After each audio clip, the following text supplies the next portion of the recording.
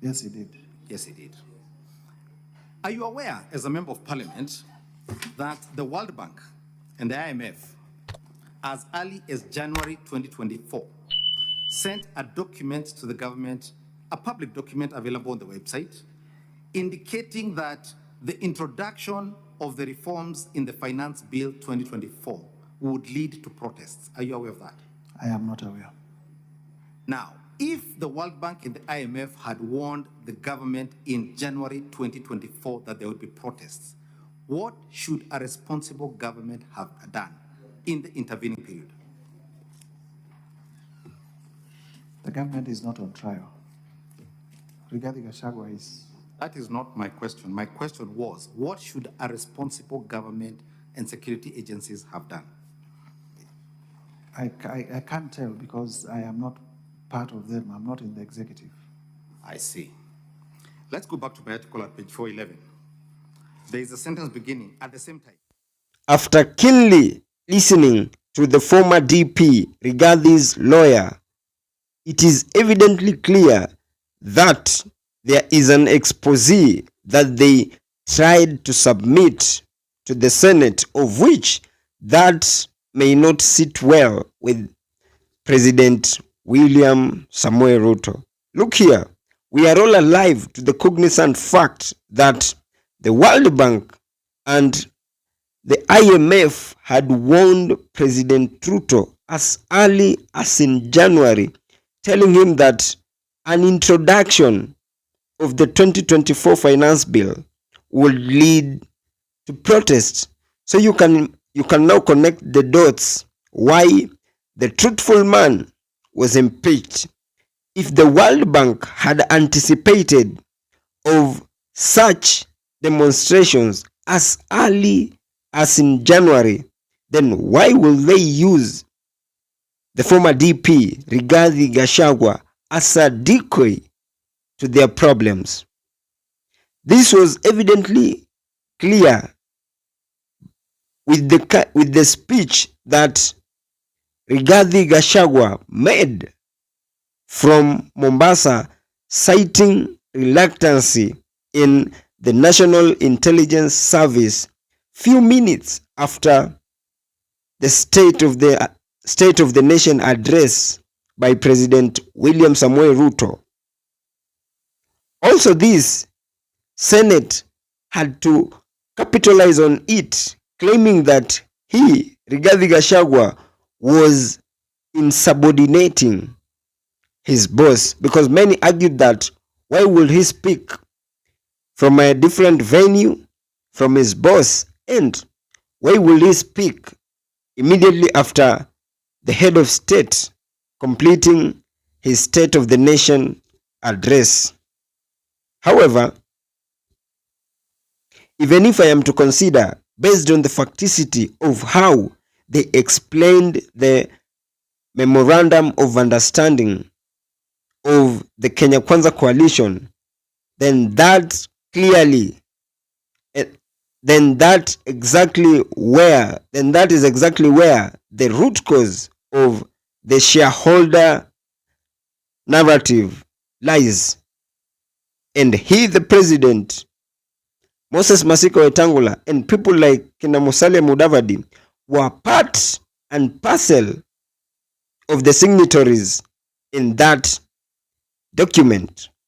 But how they choose to crucify the former DP Rigathi Gachagua remains a case of study. Or was he being crucified for leaking what the Memorandum of Understanding in that document entailed? And imagine they going to an extent of penalizing Rigathi Gachagua for sponsoring demos is also malicious, because the report from the IMF and World Bank were all in the public purview, warning the government of, if at all they are going to bring the 2024 finance bill, then people will revolt against it, and the revolt or the demonstrations are going to have some repercussions and are going to be very detrimental to the Kenyan economy. But of course, the government chose to turn a blind eye against that.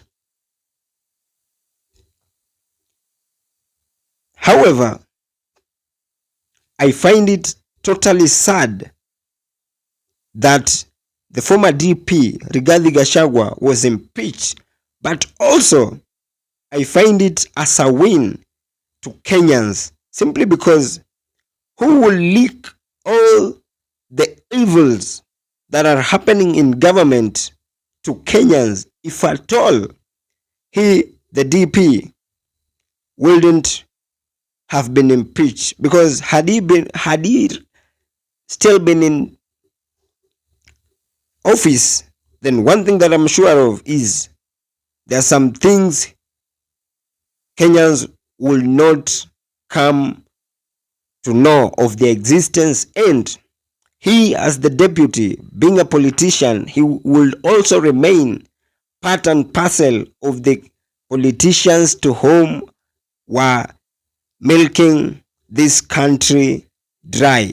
So as far as this impeachment motion is concerned, I strongly believe it is a loss to him, but a loss and a win to Kenyans, simply because Kenyans are going to know exactly what had been transpiring and all the evil deals that were happening in government.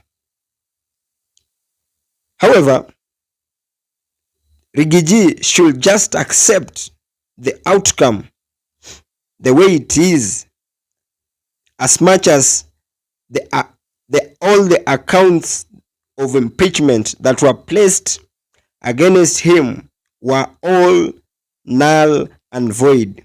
And all he should do next is he should try as much as he can so that he can answer himself to the question, what next, as far as his political career is concerned.